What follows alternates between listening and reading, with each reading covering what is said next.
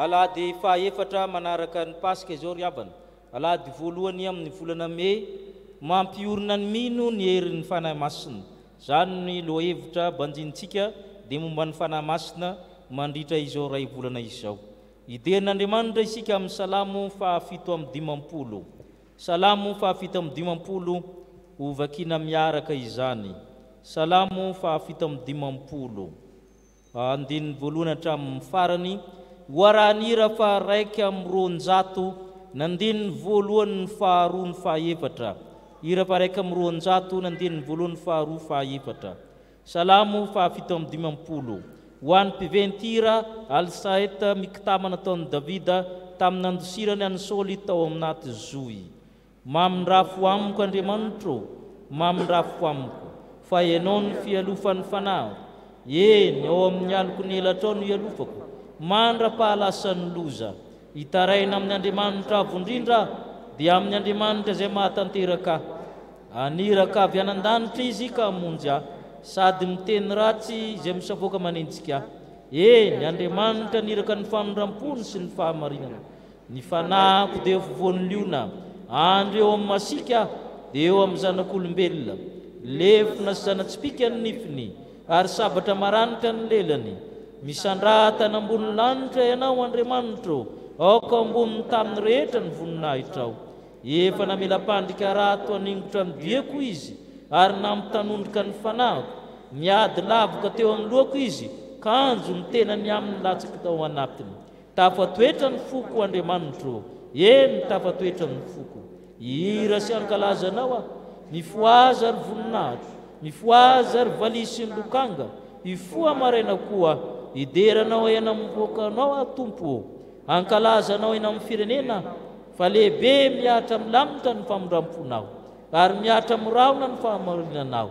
Misandratana ambony lanitra ianao Andriamanitro, aoka ambony tany rehetra ny voninahitrao. Amen.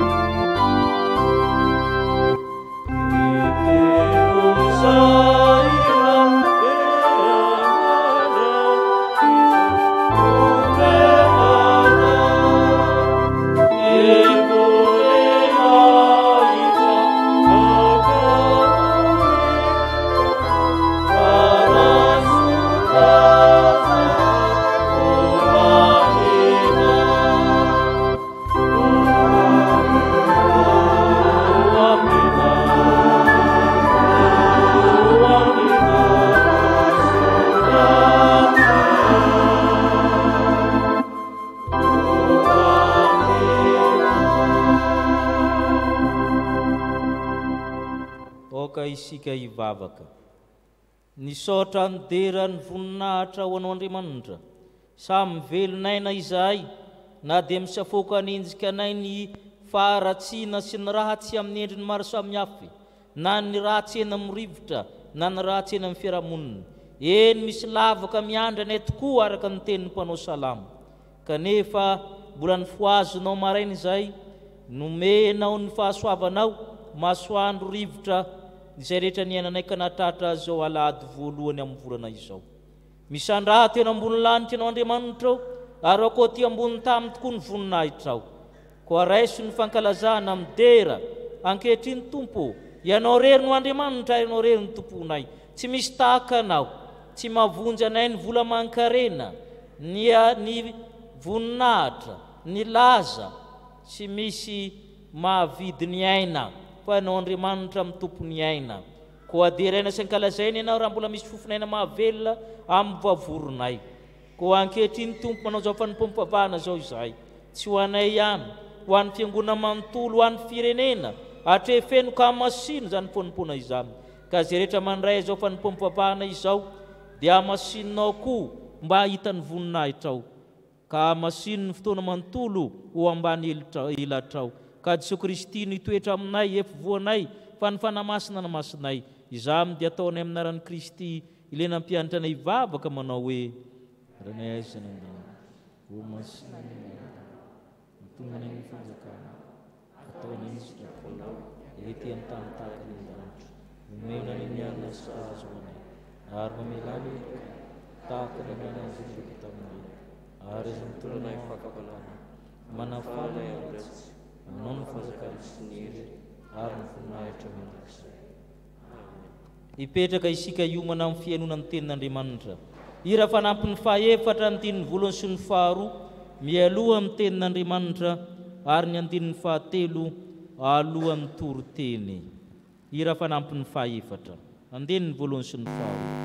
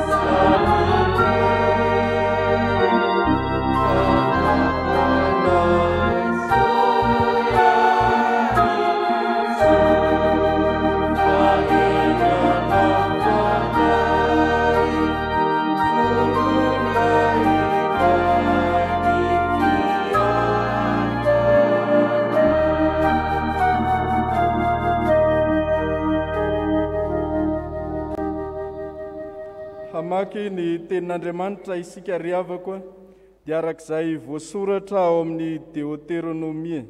Deutéronomie toko 2:30, ny andininy fahadimy ka hatramin'ny andininy fahasivy. Deuteronomia 4:30, ny andininy fahadimy ka hatramin'ny andininy fahasivy. Vakina amin'ny anaran'ny Tompo.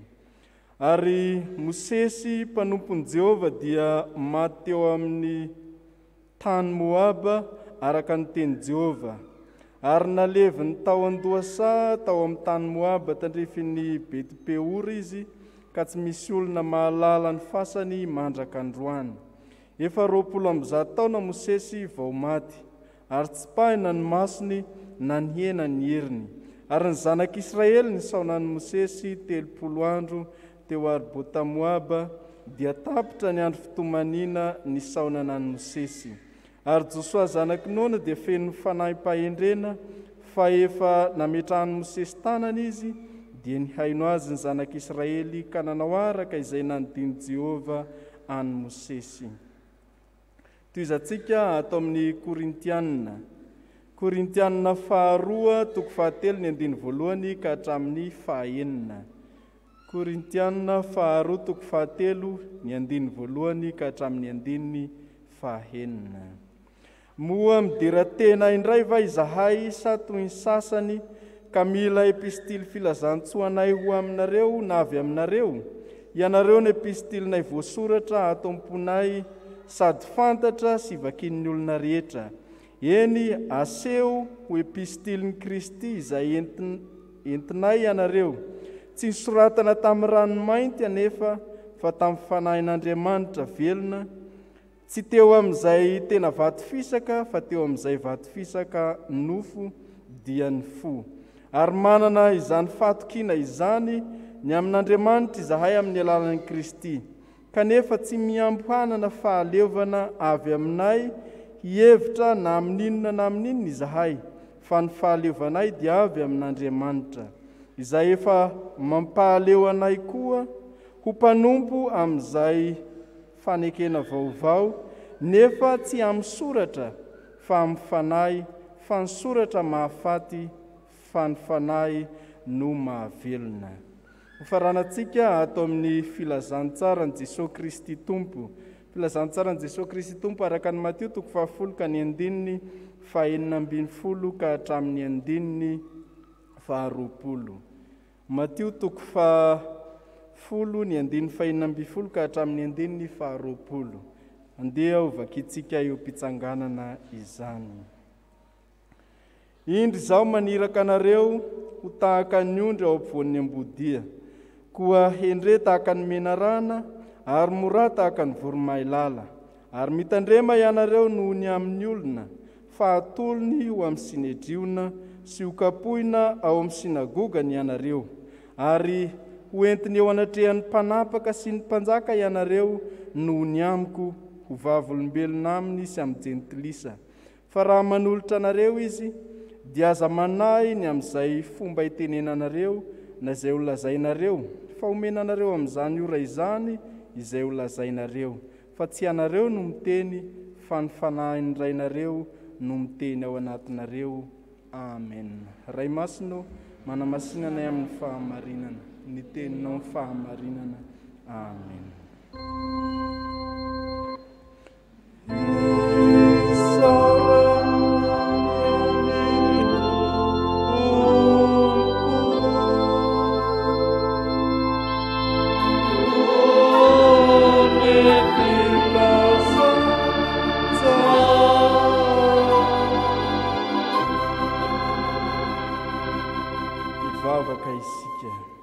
Novakina taminay teo ny teninao Andriamanitro, izay handraisanay fampianarana, handraisanay sitraponao, mba hitarika anay mino ny fanahinao masina. Koa ankehitriny Tompo, izany fanahinao masina izany no angatahanay hameno anay tsirairay avy, hahatonga anay handray tsara isaintsaina lalina izany teninao ampitainao aminay izany, ary ho tanterahanay sy velomanay tokoa ny sitraponao ambaranao aminay. Ny mpitandrina izay anambara izany hiafatra, ny rahanao hitondra izany Tompo, dia anao no ampiteny azy tahaka izay efa nanomananao azy ny amin'ny hafatra atolotra ao anay, no ahafahany mampita izany amin'ity ora sy fotoana ity, ka tonga nisan'ny tokantrano izay manaraka izao fotoam-bavaka izao hiaina sy velona amin'ny teninao no ny hery ny fanahinao masina. Amen. Ny andininy fahatelo amin'ny hira fanampin'ny fahaefatra.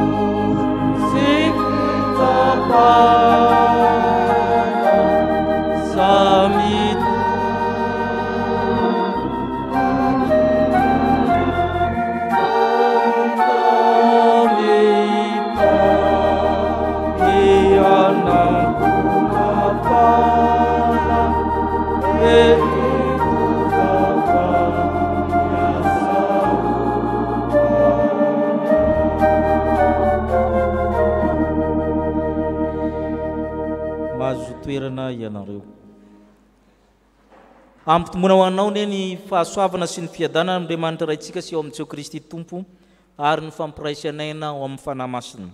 Korintianina 2:7. Ny fiangonana tany Korinto dia isan'ny fiangonana lehibe indrindra tamin'ny taonjato voalohany. Maro ny mpitoro filazantsara efa nandalo tao, ry Petera nandalo tao, ry Apôlôsy nandalo tao, ry Paul, izay mahatonga azy somary ny zarazara satria maro ny kalazalahy rehetra teo amin'ireo apôstôly sy mpitoro filazantsara dia saika efa nandalo tao avokoa. Maromaro itaratasy nalefan'ny Paul ho an'ny fiangonana tany Korinto io. Rehefa mamaky tsara ny Korintiana ianao dia mahita taratasy hafa misoratra ao. Misy azany taratasy nisoratana tany ranomaso zany, misy natao hoe taratasy very zany. Izany hoe tokotokony eo amin'ny 4 eo zany ny epistily ho an'ny Korintiana fa very daholo le izy, fa ny 2 ihany ny sisa hitantsika anatin'ny Baiboly io zany. Eto amin'ny toko 7 ity amin'ny Korintiana 2 Paul milaza ny anjara toeran'ny fanahy masina eo amin'ny fiainantsika, amin'ny fiainan'ny mino eo amin'ny fiangonana. Ary izany no iraisantsika amin'ny lohahevitra hoe mampiorina ny mino ny herin'ny fanahy masina. Mampiorina ny mino ny herin'ny fanahy masina. Ho raisintsika avy hatrany amin'inona? Maninona moa ny fanahy masina ny mampiorina antsika? Ny voalohany, ny fanahy masina dia maneno mahiza azy ny fiangonana. Ny fanahy masina zany maneno mahiza azy ny fiangonana, tsy letrano akory ny mahafiangonana fa ny fisian'ny fanahy masina amin'ny olona tsirairay. Io manko nisy ady hevitra teo amin'ny fiangonana tany Korinto. Misy olona zany mila dera, mila taratasy nandalo tao. Vakitsika ny andininy 1 sy ny 2. Moa midera tena indray va izahay sa nytony sasany ka mila epistily ny filazantso anay ho anareo avy aminareo. Ianareo ny epistilinay voasoratra tamponay sady fantatra sy vakin'ny olona rehetra. Misy olona hoy izy Paul apôstôly tia endriky velany loatra amin'ity fiangonana amin'ity. Mila taratasy lettre de félicitation, zay ny dikany hoe filazantso. Mila lettre de recommandation. Ny olona sasany zany misy taratasy mihitsy mankao, mariky ny fahefany, mariky ny asany. Zaho Paul apôstôly raha mankaty aminareo tsy mila an'izany. Ny fiangonana zany tsy tokony voafatotro ny taratasy sy ny zavatra hita maso. Reny certificat omenantsika reny sy takan'izany marika hita maso ihany. Fa iza ny tena osotra masina? Ny fanahy masina. Ka ho Paul apôstôly hoe ianareo efa epistily voasoratray, ianareo ny taratasinay, ianareo ny lettre de félicitation ho anay. Mampatahotra ihany ty tenin'ny Paul apôstôly ity.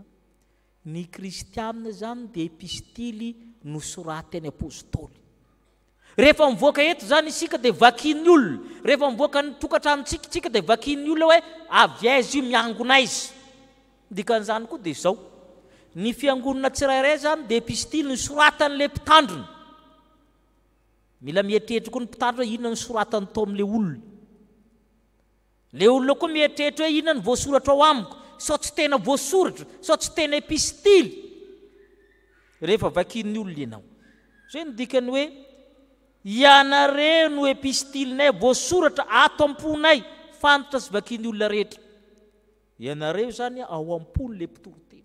Ny olona mitoroteny dia tokony mieritreritra mandrakariva amin'ny olona tory amin'ny satria ireo olona reo misoratra ao am-pony. Zay mahatonga azy mivavaka ho an'ireo, mifandray amin'ireo, soratany ao am-pony, entiny ambavaka mandrakariva izy ireo.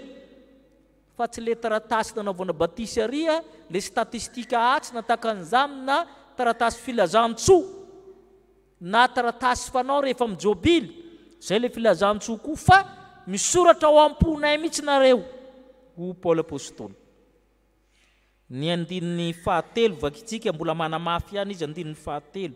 Eny, aseho epistiliny Kristy izay entinay ianareo, tsy nisoratana tamin'ny ranomainty anefa, fa tamin'ny fanan'Andriamanitra velona, tsy eo amin'izay tena vato fisaka, fa eo amin'izay vato fisaka nofo dinofo. Tsy vitany hoe epistily voasoratra, fa epistiliny Kristy. Itsika zany dia epistily olona nosoratan'ny Kristy. Ngeza be zany a. Nosoratan'ny Kristy, epistiliny Kristy nosoratany ahoana zany sary tenenin'ny Paoly zany. Ny sary tenenin'ny Paoly zany a, dia izao ny dikany. Ity boky ity na ity kahier ity le kristianina tsirairay. Paoly na ny mpitoro filazantsara na ny mpitandrina le manoratra. Fa ny teny soratany avy amin'izy, avy amin'ny Kristy, zay ny dikany. Ny kristianina le boky na kahier, le manoratra i Paoly na ny mpitandrina, fa ny zavatra soratany dia avy amin'ny Kristy. Ka rehefa mivoaka zany tia, lasa bokin'ny Kristy. Lasa epistiliny Kristy, ary zay no mampatahatra hoe tena epistiliny Kristy ve le kristianina. Tsy soratany tamin'ny ranomainty ozy izy, fa soratany tamin'inona? Fanan'Andriamanitra no anoratana azy, fa tsy ranomainty. Itsika zany dia voasoratra tamin'ny fanahy masina manomboka amin'ny batisma.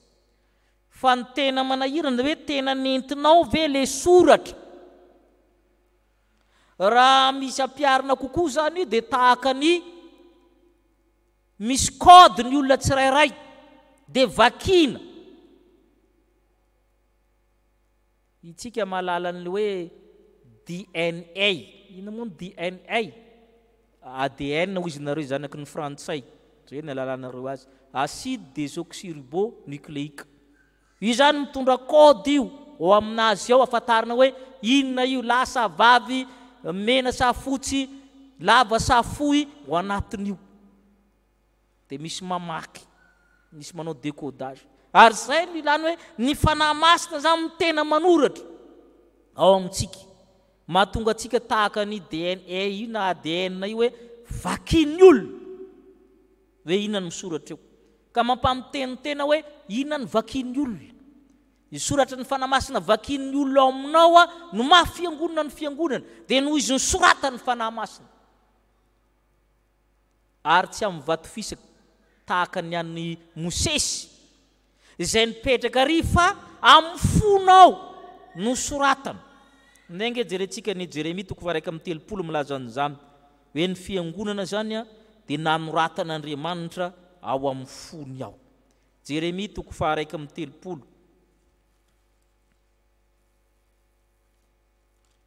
Milaza ny amin'ny fanekena vaovao. Ny andininy 1:telopolo mora fantatra le izy satria 31. Jeremia 1:telopolo a, andininy 1:telopolo a, hatramin'ny 7:telopolo. Atahana amin'ny testamenta taloha Andriamanitra fa niteny hoe soratako ny oloko. Vakitsika, indro avy ny andro Jehova, izay anaovako fanekena vaovao amin'ny taranak'Israely sy ny taranak'i Joda. Nefa tsy araka ny fanekena nataoko tamin'ny razana, tamin'ny andro ny tantanako azo nivoaka torako azo nivoaka avy tany amin'ny tany Egipta fa ireny dia nivadiky ny fanekeko fa izao ny vadiny o Jehova fa izao ny fanekeko ataoko amin'ny taranak'Israely rehefa afaka zany andro zany o Jehova ataoko ao an-tsainy ny lalako sady hosoratako ao am-pony ary zaho Andriamaniny ary izy oloko ny lalàna teo amin'ny Israely dia misoratra amin'ny vato fitsika dia tavela ao ilay soratra fa tsy niainan'izy ireo fa mitindry amin'ny toraka teo izy Andriamanitra soratako ao an-tsainy tsirairay ao am-pony tsirairay za miravina ny fiangonana olona no nanoratan'Andriamanitra ny fony isaky mihaino toroteny zany ianao dia misy manoratra ao am-ponao mba noraisinao ve ilay soratra ary ny fanahy masina nanoratany ianao fa tsy ranomainty fa misy koa olona tsy anderany iny sady tsy anderan'ny ranomainty ny tsy anderan'ny fanahy masina zay mahatonga tsy miteny hoe vato fisika vato satria raha zay dia ny fon'ny olona iny fo vato tsy mety ho voasoratra fonofo mba anoratany fanahy masina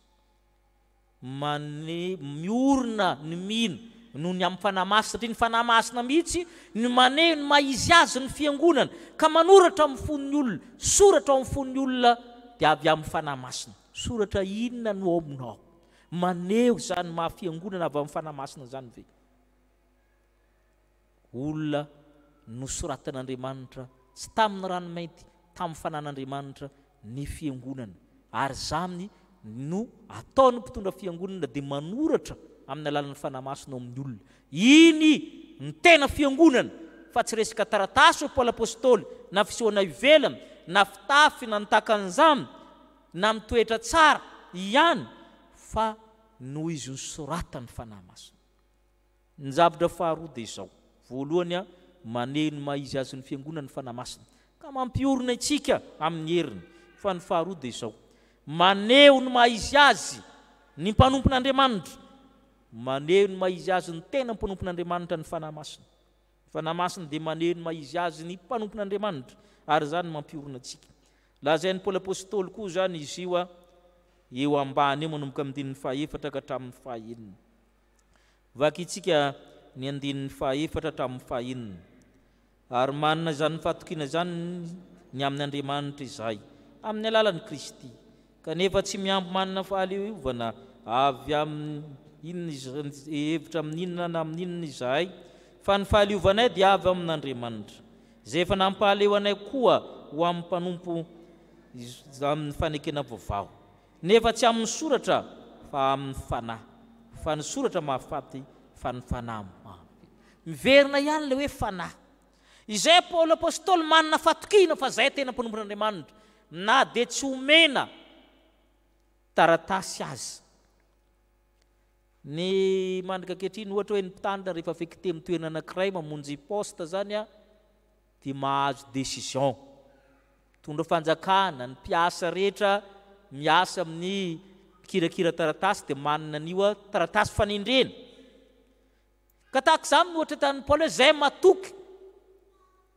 na dia tsy aseho ara ny taratasy fanindrena zay dia mpanompon'Andriamanitra ny asanao ny tena ahitana fa tena izy ianao fa le taratasy fanindrena taratasy ihany ary zay mahatonga asoron'ny olona amin'le toerana ianao rehefa tsy miasa tsara ka ny fanahy masina amin'ny tena maneho ny mahampanompon'Andriamanitra ny mpanompon'Andriamanitra fa tsy dia le taratasy loatra na ny endriky velany na le zavatra ataony sy ny sisa mahatoky an'izany zay Paoly apôstôly tsy hoe kory ny fahaleovanay ozy izy na amin'inona na amin'inona ny teny hoe fahaleovana zany fahaleovana dia sarotra zavaina fa midikan'io zany fahafahamanao sy fahaiza-manao compétence et capacité ny capacité sy ny compétence na ny fahaiza-manao sy ny fahafahamanao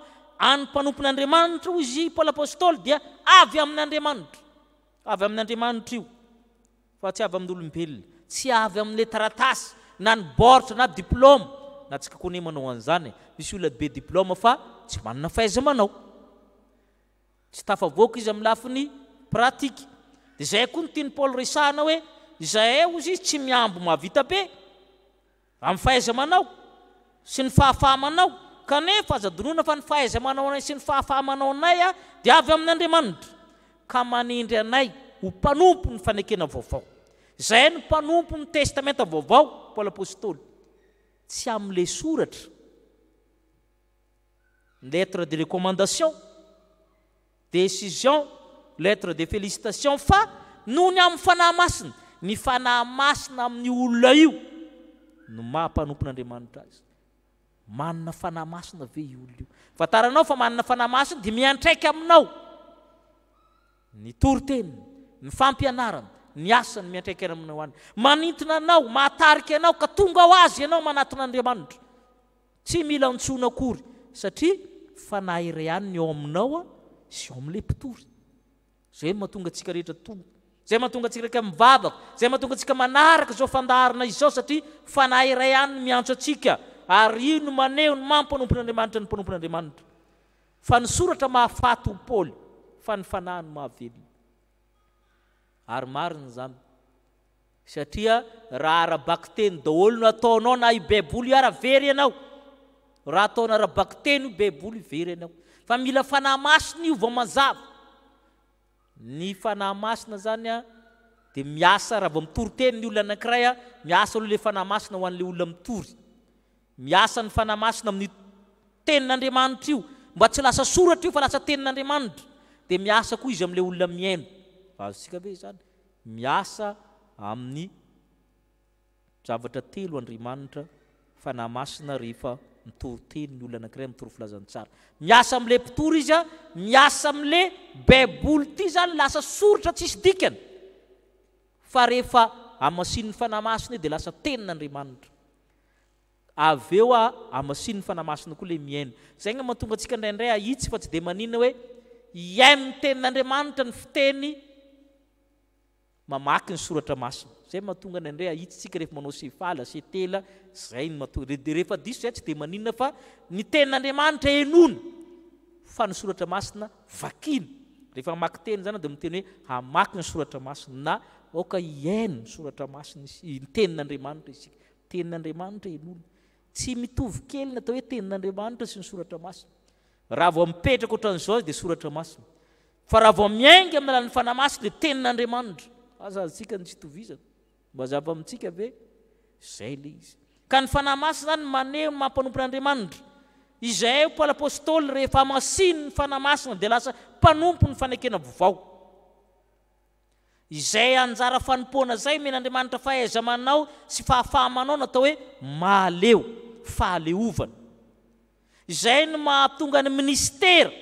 Mpanompon'Andriamanitra, mpanompo eto dia ministera dia kônina ny dikany.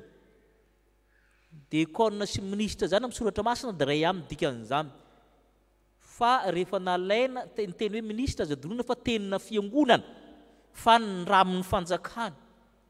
Fa mpanompo ny dikan'izany mampieritreritra antsika mpanompo dia kônina ihany ny dikany hoe ministra, ministera. Satria dia kônina ny fanekena vaovao. Zay ny dikan'io raha atao le mpanompo amin'izay fanekena vaovao. Zay mahatonga ny fanompoana samihafa ao anatin'ny fiangonana avy amin'ny fanahy masina. Dia lasa mpanompo ny tenin'Andriamanitra amin'ny olona. Ny tenin'Andriamanitra zay avy amin'ny soratra masina. Ny fanahy masina miasa amin'ny mpanompony. Ary zany nahatonga ny Josoa lasa mpandimby any Mosesy. Noho ny amin'ny fanahy masina io fa tsy hoe izy compétent. Josoa marina fa mpiady mahery. Efa nanana expérience 7 taona niaraka tamin'ny Mosesy. Fa tsy zany mihitsy nahatonga azy nandimby any Mosesy. Vakitsika hoe Deutéronomie 4:30. Misy zavatra hafa mahatonga azy tena lasa mpandimby any Mosesy. Fa tsy hoe le compétence ny ihany na ny capacité ananany ihany. Ahoana ozy izy ny 4:30. Ary Josoa zanaky Nona dia feno ny fanahy ny fahendrena fa efa nametrahany Mosesy tanana izy dia niaino azy ny zanak'Israely ka nanoaraka izay nandinin'i Jehova any Mosesy. Hitanareo zany. Noho ny fanahy masina tao amin'ny Josoa mahatonga azy mandihy fa efa nametrahany Mosesy tanana izy. Zay mahatonga misy fametrahan-tanana amin'ny batisa amin'ny mampandray amin'ny fanokanana famindrana fanahy masina ireny ho amin'ny olona. zay mahatonga ny Josoa fa tsy hoe izy mahay miady ihany nanana traikefa be fa noho izy manana ny fanahy masina. Zany koa ry havana no ampiaritsika amin'ny Matio 10 indrindra fa amin'izao andro sarotra izao, andro ny fahasarotana ny lazain'io soratra masina. Indro za manirika anareo tahaka ny ondram-pivoany ambody, endre tahaka ny menarana, mora tahaka ny voromailala. Ahoana natateraka an'izany? Zavatra mifanotra be ny toetran'ireo voromailala sy menarana zany mbo neritreretinareo. Ny anankiray moa misoko mangina jokotsorika ny menarana, afaka mandeha an-drano, an-tanety, ambamin'ny tany, amfibio izy nareo. Zay le hoe endre tahaka ny menarana. Ny voromailala madio, tsotra, malemy fanahy, tsy mba miady. Ahoana ny tambaran'izany? Fanahy masina no mahay mampitambatra an'izany ao anatinao. Zay midika an'io. Ka ninona hoy Kristy? Tsy matahotra ianareo na entin'ny olona kapohana, amin'ny sinedrona na entin'ny olona vonoana ary. Fa ahoana ninona ny antony mahatonga antsika tsy hatahotra? Vakitsika andinin'ny 720 rehefa miaritra fanenjehana, miaritra zavatra mahamay, amin'ny 720. Fa raha n'olotra nareo izy, aza manahy ny amin'izay fomba itenenanareo na olazainareo, fa omenanareo amin'izany olo zaminjanazanareo. Fa tsy ianareo no miteny, fa ny fanahinareo no miteny ao anatinareo. Io dia matetika tsy tanteraka tsika mpanompon'Andriamanitra. Io teny io ampiasaintsika amin'ny fomba diso. Itsika rehefa hitory teny na hitory filazantsara dia tsy miomana.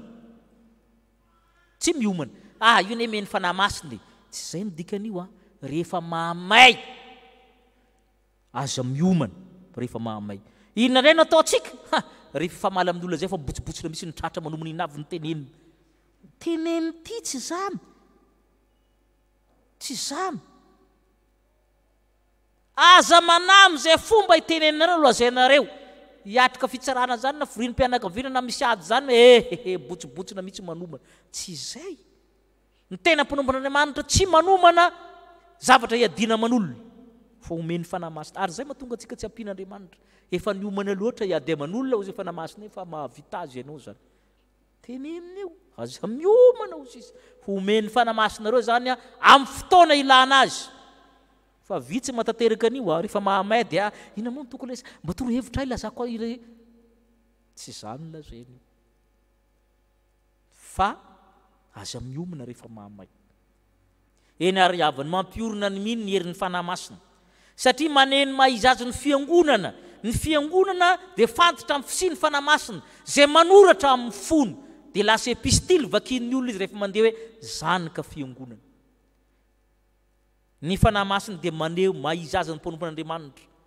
Mpanompo ny fanekena vaovao. Fantatry ny olona rehetra ianao fa no mpanompon'Andriamanitra no ny amin'ny fanahy masina. Ho an'Andriamanitra irery ny voninahitra. Amen.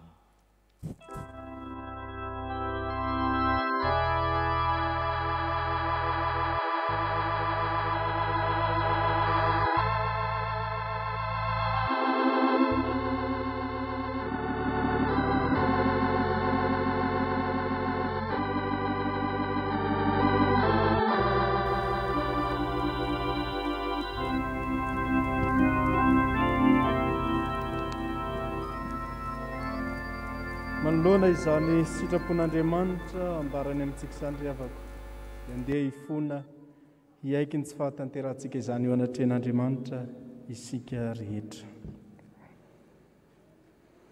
Indre zany fitiavanao anay Andriamanitra ka nanomezanao anay ny fanahy masina izay mampiorina anay mino.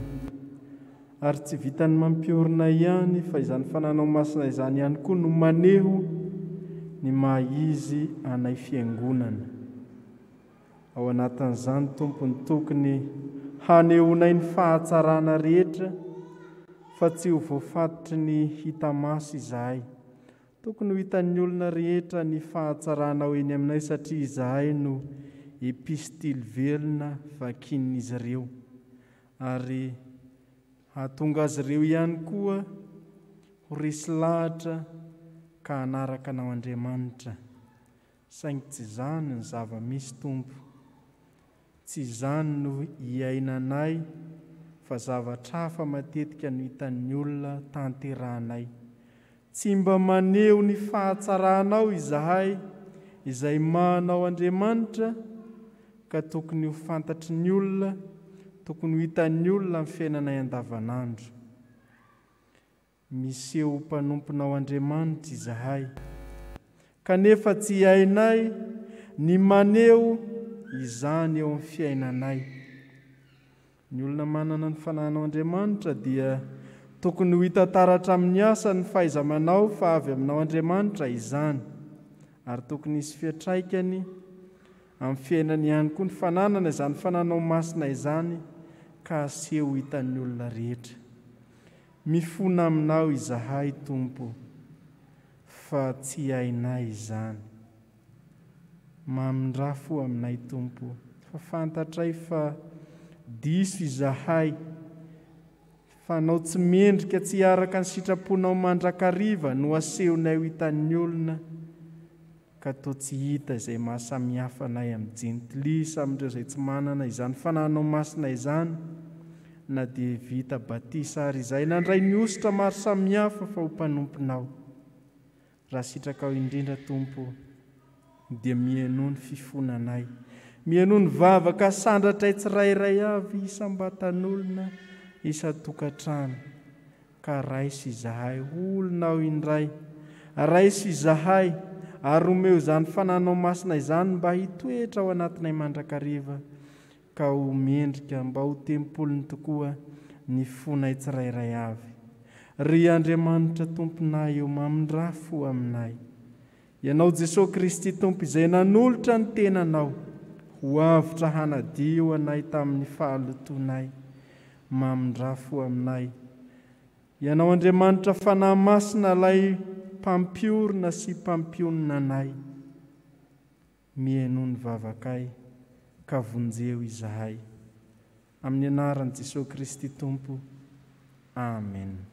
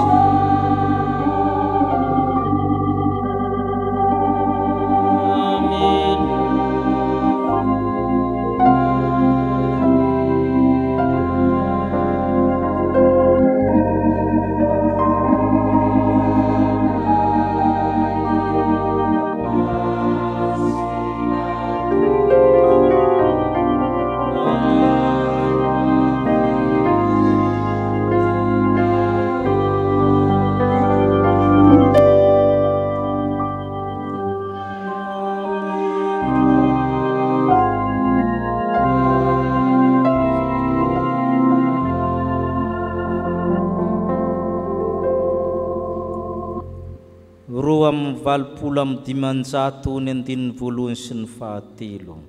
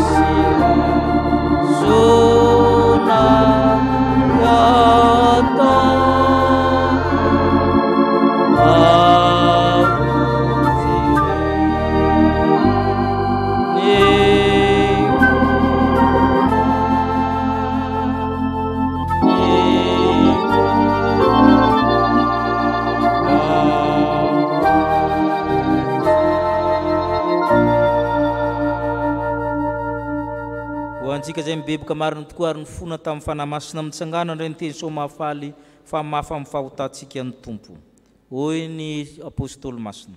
Ary toy izany koa ny fanahy masina ny mamonjy ny fahalementsika fa tsy fantatsika zay vavaka tokony ataontsika fa ny fanahy ny mifona amin'ny fitarainana tsy azo tononina ary zay mandinika ny fony mahalala ny hevitry ny fanahy satria araka n'Andriamanitra ny fifonany ho amin'ny olona masina. Noho izany ary havana dia voavela sy voafava avokoa ny fahotantsika noho ny anaran'i Kristy Tompo samia mideran'ny Tompo ianareo.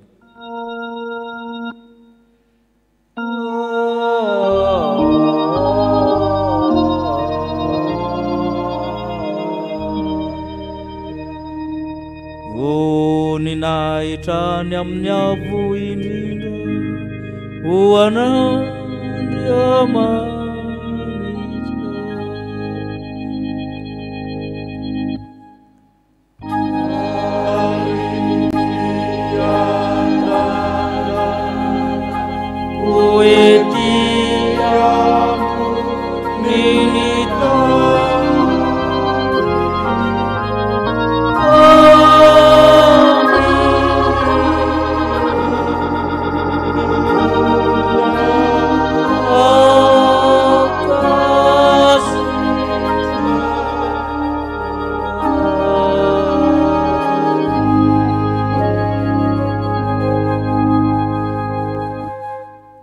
fa 5:5 ny andininy voalohany dia rahantsika ny tompo no ny amin'izany famelan-keloka no raisitsika izany. 5:5 andininy voalohany.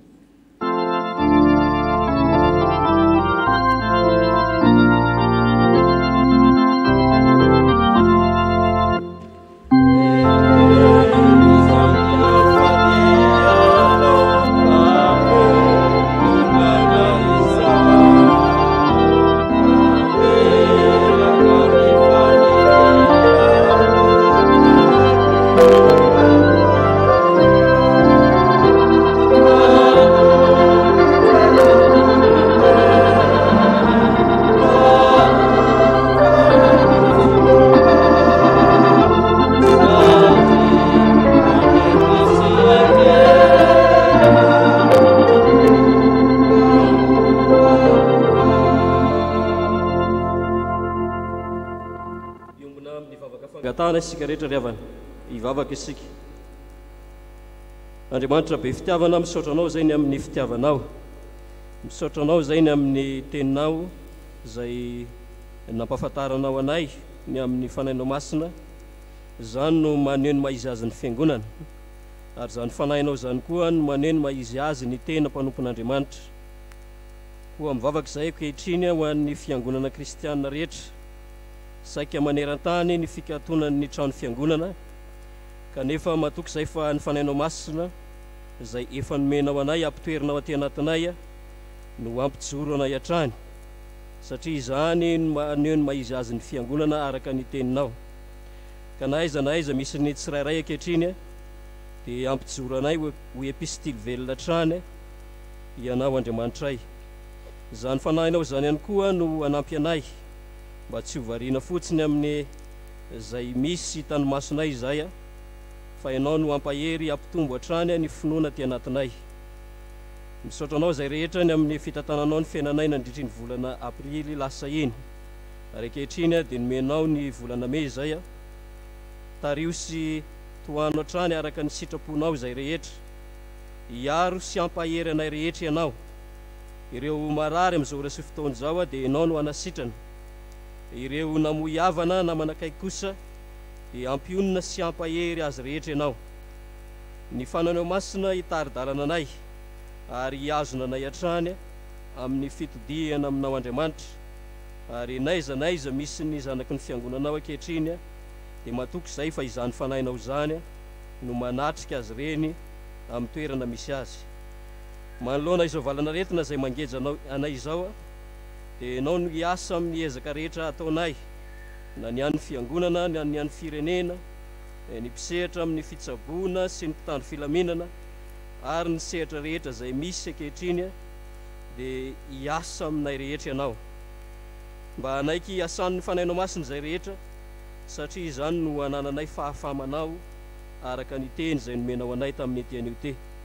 Ny mahasoa anay rehetra dia ankininay aminao, ary ny vavakay dia ataonay amin'ny anaranao Jesosy. Amen. Ny olona izay voavela heloka riavana izay sady manana ny fanahy masina ihany koa dia samy ijoro vavolombelon'ny finoana ka ny fanekam-pinoana laharana voalohany na ny fanekam-pinoana apôstôlika no ataontsika manoloana izany. Mino an'Andriamanitra ray tsy tompo anao lanitra sy ny tany aho, ary mino an Jesosy Kristy zanan'ilay tokana tompontsika izay nitorotoroina tamin'ny fanahy masina nateraka Maria Virjiny, nijalina nanapaka Ponto Pilato, nongona tamin'ny hazo fijaliany, matika nalevina, nidina tany amin'ny fiainantsika, nitsangana tamin'ny maty tamin'ny andro fahatelo, niakatra ho any an-danitra, mipetraka ankavanan'Andriamanitra ray tsy tompo, avy any niaviany tsara ny velona sy ny maty. Mino ny fanahy masina, fiangonana masina manerana izao tontolo izao, fiangonan'ny olona masina, famelan-keloka, fitsangana ny tena maty, ary ny fiainana mandrakizay. Amen. Afaka mipetraka isika rehetra. Ny vaovaon'ny fiangonana azo adonona ny rojom-bavaka fanaontsika 5 ka hatramin'ny 9 ny maraina amin'ny 8 ka hatramin'ny 7 ny hariva. Misy ny maraim-baovao amin'ny eto amin'ny fiangonana ny atalata sy ny zoma. Tonga amin'ny asan'ny fiangonana isika dia amin'ny rojom-bavaka fanaontsika isam-bolana. Ianareo izay tonga antsika herintaona volana May zany mba hitsangana ho arabaina sy entina am-bavaka. Ireo izay nahazo fahasoavana manokana tiana idiran'Andriamanitra hitsangana.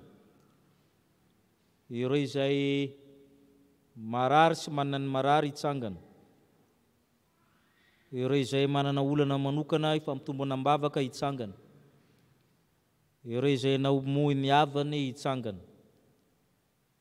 Ivavaka isika. Tompo manaloka anay isanandro ny fahafatesana, ary misy ireo havanay namoy ny hava malalana. Ianao Andriamanitra no kiadin'ny kamboty sy ny mpitondra tena. Tsy ia izy ireo amin'ny lalana irany mizotra aminao, fa ianao no ampibaliaka ny tara-pahazavanao amin'izy ireo, ka ny ory ary izy ireo dia hifaly aminao. Fantatrao dia fantatrao ny fahasarotana na amin'ny fikarakarana ny vata-mangatsiaka na ny fandevenana na ny fanatrehana tsy hafa manoatra ny fianakaviana. Fa ianao Andriamanitra kosa efa teo ianao ka mahasolo tena azy rehetra ireo ny ampionona ny fony tsirairay avy. Misy manana olana ankehitriny, very asa, tsy misy fidiram-bola, ary misy ny miayay amin'ny anan-koanina. Eny Tompo, ianao ny manome hanina ny voro manidina, mampitafy ny voninkazo anan-tsaha, ka apetraka aminao izy ireo, ary ampikoizay anampy azy ireo. Ka ianao Andriamanitra many olana izay misaringotra amin'ny tenany, amin'ny tokantramony, amin'ny fitsarana, an-taratasy, amin'ny zavatra maro samihafa, ka hovahanao izany olana izany. Misy ny marary amin'ny tokantrano, amin'ny fiangonana, amin'ny toerana maro samihafa, na ny arety mandringana zao, na ny aretina hafa, ka siny anaranao izy ireo, ka atononona amin'izy ireo ny fanasitrananao.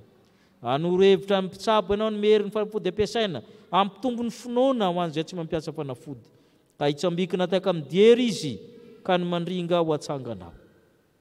Eny Tompo, ny fahasoavanao koa mitoetra aminay, reto havanay reto nahazo fahasoavana manokana noho ny fitiavanao. Nasehonao f'Andriamanitra tsara sady mpanao ny tsara ianao ka miany zanakao amin'ny antsipirian'ny fiainany. Eny, tsy manome menarana na vato tokoa ianao na maingoka, fa manome ny mahasoa. Ko mideranao izy ireo misaotra anao isa-tokantrano amin'ny fahasoavana ny raisina. Tratry ny tsingerin-taona reto havanay reto, hitanay tokoa fa sarobidy ny fahavelomana amin'ny andro ankehitriny, fa misy koa nay teraka volana May fa tsy nahatratra. Fa anao Andriamanitra no nanome zany fahavelomana zany ny soranay, ka amin'ny anaranao ny rahabaina azy ireo eto amin'ny fiangonana ny tokantrano hatrana ampitan-dranomasina amin'ny arabainay reteraka volana May rehetra, ary toloranay ny fahasoavana ny tafotafo avy aminao. Maro ny tiana angatahana na ny mitsangana na ny mipetraka isa-tokantramony aiza n'aiza, meo azy ireo ny mahasoa, meo azy ireo ny mahavelona, fa ny fanahy ny mahavelona araka ny teninao. Misaotra Tompo. Amen. Tratry ny tsingerin-taona nareo dia morary soa indrindra. Misaotra Tompo. Mamoky atsika ny Tompo amin'ny alalan'ny sakramenta masina. hoe ny tompo zay mihinana nofoko sy misotro ny rako ny manana fiaina mandrakizay ary zaho anangana azy amin'ny andro farany. Mivelatra manonatsika izao fanasana masina izao ry havana zay manambara ny fanatrihan'ny tompo amin'ny fomba hita maso ko asandrato amin'ny tompo ny fonareo. Fantatra efa tompony tompo sy mpanjaka ny mpanjaka ianao Kristy Andriamanitra avy amin'Andriamanitra nateraka fa tsy natao miray amin'ny zavatra rehetra. Mideranao isanandro ireo anjely tsy ombialina alina amin'ny apôstôly sy ny martiora ko mba avelao ny fonay iombona amin'ny feno izy ireo ka hisantatra sady ny fiobiana masina zay manao hoe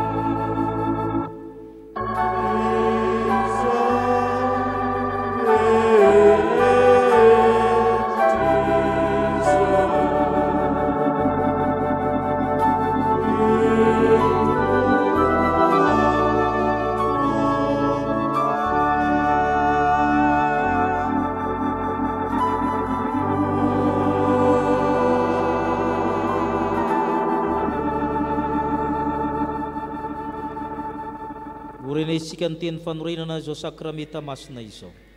Fa i Jesosy tompo tamin'ny alina izay namadihana azy dia nandray ny mofo ary rehefa nisaotra izy dia nivakiny ka hoy izy hoe ray sohany fa ity ny tenako izay omena ho anareo izao no ataovy ho fahatserovanahy. Dia arak'izany koa ny kapoaka rehefa ninana dia hoy izy manao hoe misotro amin'ity ianareo rehetra fa ity ny rako dia ny amin'ny fanekena vaovao izay latsaka ho an'ny rehetra ho famelan-keloko. Izao no atao ho fahatserovanahy na oviana no misotro ianareo.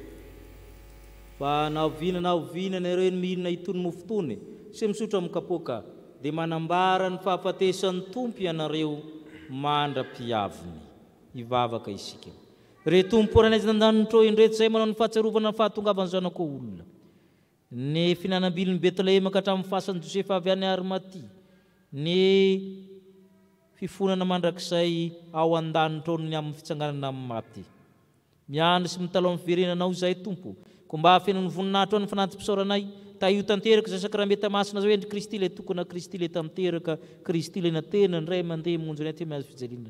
Ry tompo ranaizy nandanitro miany taminao zay omeo anay ny fanahy masina fanahy ny fahamarinana zay tsy azon'izao tontolo izao satria efa ato aminay ka manoratra amin'ny fonay miany taminao zay ry fanahy ny Kristy ry fanahy masina. Amasino ny mofo manambara amin'ny tenan'ny Kristy, amasino ny divay mba hanambara ny ran'ny Kristy. Izany nataonay amin'ny alalan'ny Kristy sy miaraka amin'ny Kristy ao aminao Andriamanitra ny laso ny voninahitra mandrakizay. Amen. Ny mofo izay vakintsika dia firaisana amin'ny tenan' Jesosy Kristy izay nivakina ho antsika koa satria iray ihany mofo ary sika rehetra na dia maro aza dia tena iray ihany koa ka samy miara mandray amin'izany mofo iray izany avokoa. Ny kapoaka ny fisaorana izay isaorantsika dia firaisana amin'ny rany Jesosy Kristy tompontsika dia ny rany fanekena vaovao izay nalatsaka ho antsika. Andesika iombona mivavaka fanatretena manao hoe tompo tsy mendrika natao hoe zanakao. Tompo tsy mendrika diranao ambanin'ny tafotraniko. Tompo tsy mendrika intsipony izay tsombotsombo latsaka avy amin'ny latabatra ao akory aho. Kanefa ho ianao hoe izay manatonahy tsy mba ho laviko mihitsy. Amen. Hipetraka ianareo. Hevitra amin'ny 12 ny andininy faharoa. Amen.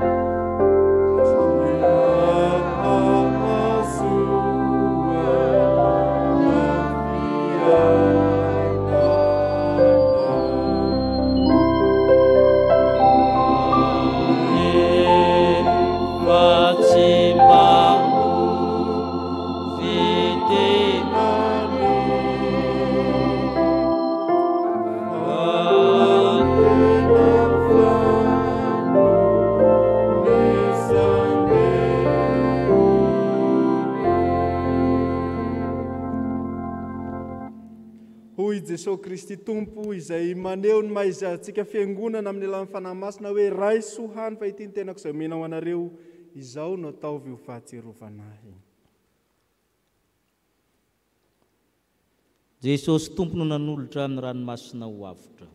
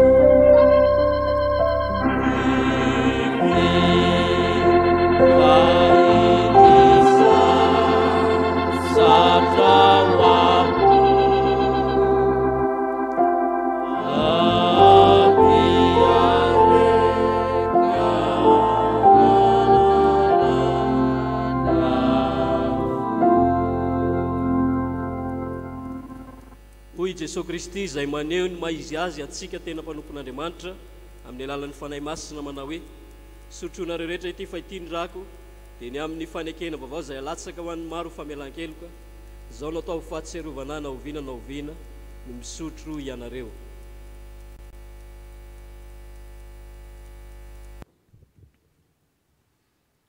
Misaotra anao izay Tompo fa efa nandrehaka izay mety zao sakramenta masina izao any mpanahy mahavelona ary sakafo mifanjakany lanitra.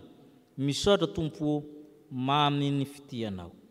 Hoy ny apôstôly masina amintsika fa tsy nomen'Andriamanitra fanahy osa isika fa fanahy mahery sy fitiavana ary fahononany tena. Amen. Ny raha famaranana no raintsika dia tolotra ny tsodrano hitsangana isika 5:32 nandiny ny faefatra sy ny fahabimy.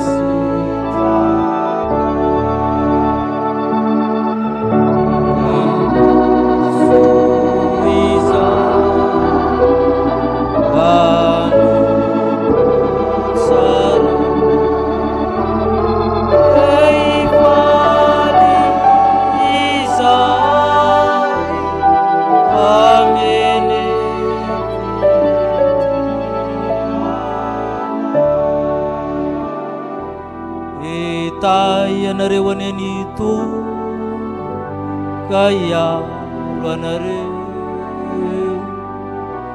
ampamirapirira ny tavina aminareo aneny to ka iatra anareo nanatra ny tavina aminareo aneny to ka anome anareo fiadanana.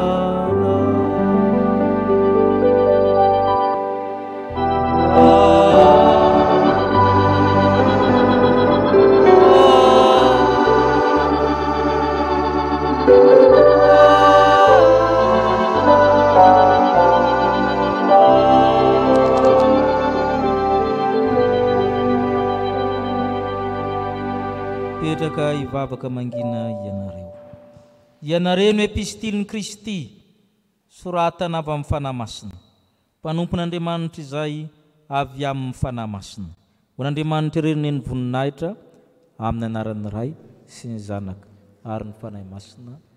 Amen.